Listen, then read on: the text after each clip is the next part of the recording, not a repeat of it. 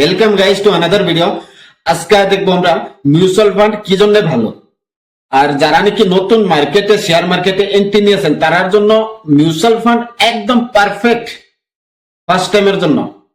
কারণ মিউচুয়াল ফান্ডে ইনভেস্ট করলে সেই জায়গায় রিস্কটা কম থাকে, সেই জায়গায় ট্যালেন্টেড অভিজ্ঞতা থাকা মানুষ থাকে সেই ফান্ড গুলাকে ম্যানেজ করার জন্য।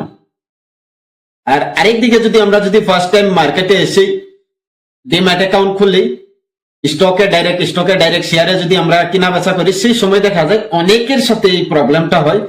যে কোনো কোম্পানির শেয়ার কিনবেন, আপনি কেনার সাথে সাথে সেই কোম্পানিটা নিচে আসা শুরু করবে। যতদিন আপনি হোল্ড করবেন দেখবেন ডেইলি নিচে আসতেছে। বাস আপনি সেল করে দিলেন, পরের দিন থেকে বা সেই দিন থেকেই উপরে যাওয়া স্টার্ট। এই প্রবলেমটা কিন্তু সবের সাথেই হয়। আরো অনেকগুলা প্রবলেম ফার্স্ট টাইমে যারা নাকি ইনভেস্ট করে তারা ফেস করে। যেরকম নাকি খারাপ কোম্পানিতে এন্ট্রি নিয়ে নিলে সেই কোম্পানিটা নিচে আসলে আর উপরে যাওয়ার নামই লয় না। আর তারা কি করে, নিচের দিকে আসার সময় অল্প নিচে আসছে আর অল্প অ্যাভারেজ করে, আর অল্প নিচে আসছে আর অল্প অ্যাভারেজ করে, আর অল্প নিচে আসে আর অল্প অ্যাভারেজ করে। এই হিসাবে কিন্তু অনেকগুলা কোয়ান্টিটি হয়ে যায় এক সময়, আর ইনভেস্টমেন্ট অনেক চলে যায় সেই কোম্পানিতে। আর কোম্পানির কোনো ফান্ডামেন্টাল ভালো না, কোম্পানি খারাপ, পেনি স্টক, সেগুলা তো দেখার জন্য তার কাছে এত পরিমাণ নলেজও নাই। তো এই জন্য যারা নাকি স্টার্টিং লেভেলে আছেন, ফার্স্ট টাইমে কিন্তু ডাইরেক্ট শেয়ারে ইনভেস্ট করবেন না। ডাইরেক্ট শেয়ারে ইনভেস্ট করবেন 2-3 বছর মার্কেটের সময় যাওয়ার পর।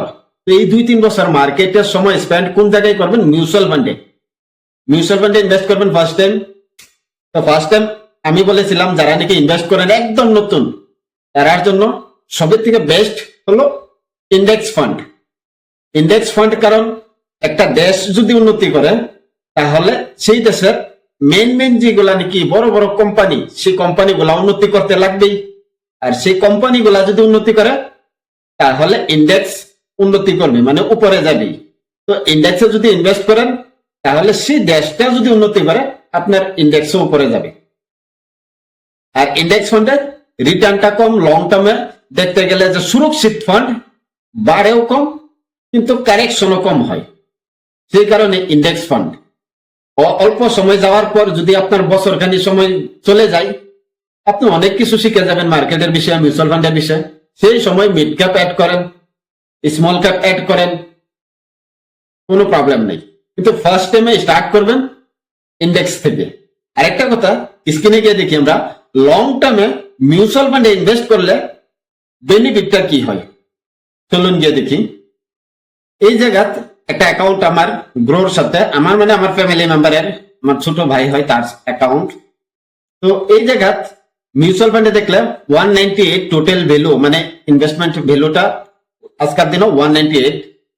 তো এই জায়গাত আমি যাই যে কোনো একটা ফান্ডে যাই, তো এক্সাম্পল হিসাবে আমি যাই টাটা ডিজিটাল ইন্ডিয়া ফান্ড। আমার পোর্টফোলিওতে এই ফান্ডটা আছে, টাটা ডিজিটাল ইন্ডিয়া ফান্ড। এর বাইরে আরো কয়েকটা ফান্ড আছে। তো এটা একটা সেক্টরিয়াল ফান্ড হয়, শর্ট টার্মের জন্য কিন্তু অনেক রিস্কি সেক্টরিয়াল ফান্ড। যদি লম্বা সময়ের জন্য ইনভেস্ট করেন 5, 6, 7, 8, 10, 15 বছর, তাহলে কিন্তু এগুলা ফান্ডে ইনভেস্ট করা যায়। আর লং টার্মে কিন্তু এগুলা ফান্ড অনেক ভালো।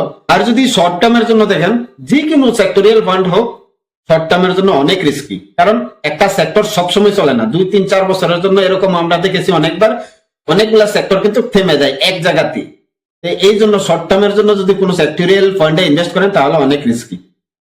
তো আমি অনেক লম্বা সময় ধরে এই ফান্ডটাতে ইনভেস্ট করে আসছি। তো নিচে যাই, আমি নিচে গিয়ে এই জায়গাতে আমার ইনভেস্টমেন্ট ডিটেলসে ক্লিক করি। ক্লিক করার পর নিচে যাই, ট্রানজাকশন হিস্টোরি আছে এই জায়গা, ট্রানজাকশন হিস্টোরি। তো আমি হিস্টোরিতে ক্লিক করব। তো আমি পুরোনো হিস্টোরিতে যাই। সবার প্রথমে এই জায়গা দেখুন 2023-এর 20 এপ্রিলে আমি 3000 টাকার এসআইপি আমার অটোমেটিক যায় প্রতি মাসে। তো 3000 টাকার এসআইপি গিয়েছিল 2023-এর এপ্রিল মাসে। তো সেই সময় এনএবি ছিল 33.62। আর আমি 3000 টাকার এসআইপি তে আমার এনএবি পেয়েছিলাম, ইউনিটস পেয়েছিলাম 89.2 ইউনিটস, মানে এনএবি ইউনিটস একই। তারপর যদি আমি তারপরে দেখি 2023-এর মে মাসে 36 ছিল এনএবি। আমি 82 কোয়ান্টিটি পেয়েছি, মানে ইউনিটস পেয়েছি। অ্যামাউন্ট তো আমার প্রতি মাসে 3000 3000 3000 এভাবেই যায়। তারপরে যদি আরো পরের দেখি, আমি এই জায়গা 2023-এর 16 অক্টোবরে আমার এসআইপি গিয়েছে 3000, কারণ প্রতি মাসে 3000 এসআইপি যায় আমার। তো সেই এসআইপি তে 3000 টাকা আমার 41 রুপিস এনএবি হয়ে গেছে, মানে এনএবির দামটা বেড়ে গেছে। এই জন্য আমার ইউনিটসটা 72 ইউনিটস পেয়েছি। আগে দেখেছি আমরা যে 82 পেয়েছিলাম 3000 টাকার এসআইপি, 80 পেয়েছি, কিন্তু বর্তমান অক্টোবর মাসে 2023-এর 3000 টাকার এসআইপি তেই কিন্তু 72 ইউনিটস পেয়েছি, কম হয়ে গেছে, কারণ আমার এনএবির দামটা কিন্তু বেড়ে গেছে, এই ফান্ডের এনএবির দামটা বেড়ে গেছে। তো যদি আমরা আরো উপরে যাই, এই জায়গা দেখলে 16 ফেব্রুয়ারি 2024-এ 3000 টাকা এসআইপি যায় আমার প্রতি মাসে। 3000 টাকা কিন্তু এনএবির প্রাইসটা হয়ে গেছে 50 টাকা, আর সেই জন্য আমার 3000 টাকা অনলি 59 ইউনিট পেয়েছি। তো আগের তুলনায় অনেক কম পেয়েছি। আগে যে দেখেছি আমরা 82 80 এরকম পেয়েছিলাম 3000 টাকার ইউনিটস, কিন্তু বর্তমান এনএবির দামটা বাড়ার জন্য ইউনিটসটা আমার কম আসছে 3000 টাকা। পরের মাসে যদি দেখি 18 মার্চ 2024 49 এনএবি, এই মাসের থেকে এই মাসে 1 টাকার মতন কমেছে এনএবির দামটা। আমার তো প্রতি মাসে 3000 টাকাই যায়, তো এই মাসেও 3000 গিয়েছিল, সেই 3000 টাকা 60 ইউনিট পেয়েছি। এই মাসের তুলনায় অল্প বেশি পেয়েছি, এই মাসে পেয়েছিলাম 59 আর এই মাসে 60, কারণ দামটা অল্প কমে গেছে এনএবির। ফেব্রুয়ারি মাসে এনএবির দামটা ছিল 50 রুপিস, আর মার্চে হয়ে গেছে 49। 1 টাকা কম হওয়ার জন্য আমার কিন্তু এনএবিটাও বেড়ে গেছে 3000 টাকা। তো এসআইপির বেনিফিট হলো এটা, মিউচুয়াল ফান্ডে ইনভেস্ট করার বেনিফিট হলো এটা, যে কোনো প্রাইস থাকুক, স্টক মার্কেট যদি উপরে থাকে সেই লেভেলও আপনার কিনা হচ্ছে, নিচে থাকলেও কিনা হচ্ছে। লং টার্মে কি হয়, এভারেজ একটা সুন্দর প্রাইস এসে যায়। যদি এই জায়গা দেখি আমরা, আমার কাছে বর্তমান ব্যালেন্স ইউনিটস, টোটাল ইউনিটস আছে টাটা ডিজিটাল ফান্ডে 669 ইউনিটস। তো এভারেজ ইউনিট আমার বর্তমান 48 রুপিস, 48.30, মানে এই যে 669 ইউনিটস আমার কাছে আছে, প্রতি মাসে 3000 3000 3000 3000 অটোমেটিক এসআইপি যায়। আর সেই এসআইপি তে প্রতি মাসে যত টাকা এনএবির দাম থাকে সেই হিসাবে আমি ইউনিটস পাই। তো টোটাল আমার ইউনিটস সবগুলাকে এভারেজ করে দিলে, গড় করে দিলে, আমার এনএবির প্রতিটা এনএবির দাম 48 রুপিস 0.30। আর আজকের দিনও কারেন্ট এনএবি, আজকের দিনও একটা এনএবির দাম কত, 65, মানে এটা একটা ডিজিটাল ইন্ডিয়া ফান্ডের এনএবি আজকের দিনও 65। তো আমি যে এই যে 669 এনএবি কালেক্ট করেছি এতদিন থেকে, প্রতিটা এনএবি কিন্তু আজকের দিনে এভারেজ প্রাইস আমার কিন্তু 48 রুপিস। আর আজকের দিনে সেল করে দিই যদি প্রতিটা এনএবি, পুরোটা এনএবি যদি সেল করে দিই, তাহলে 65 রুপিস পার এনএবি, মানে ইউনিটস আমি পাবো। তো এটাই বেনিফিট। লং টার্মের জন্য যদি ইনভেস্ট করুন, আপনি এসআইপি তে হাই প্রাইসেও আপনার কিনা হচ্ছে, লো প্রাইসেও কিনা হচ্ছে, আর লং টার্মে গিয়ে দেখবেন একটা এভারেজ সুন্দর এনএবি প্রাইস এসে গেছে আপনার। যেরকম নাকি এই জায়গা দেখুন, আমার ইনভেস্টেড অ্যামাউন্ট 32,000, এই ফান্ডে আমার 32,000 ইনভেস্ট হয়েছে টাটা ডিজিটাল ইন্ডিয়া ফান্ডে। কিছুদিন আগে আমি উইথড্র করে নিয়েছিলাম একটা বিশেষ কারণে। আর কারেন্ট ভ্যালু 43,600, 11,265 টাকা আমার প্রফিট হয়েছে এই ফান্ডে। 34% প্রফিট হয়েছে এই জায়গা দেখলেন। তো এটা আমার কি জন্য হয়েছে, অনেক লম্বা সময় থেকে আমি প্রতি মাসে 3000 3000 3000 3000 ইনভেস্ট করে আসছি।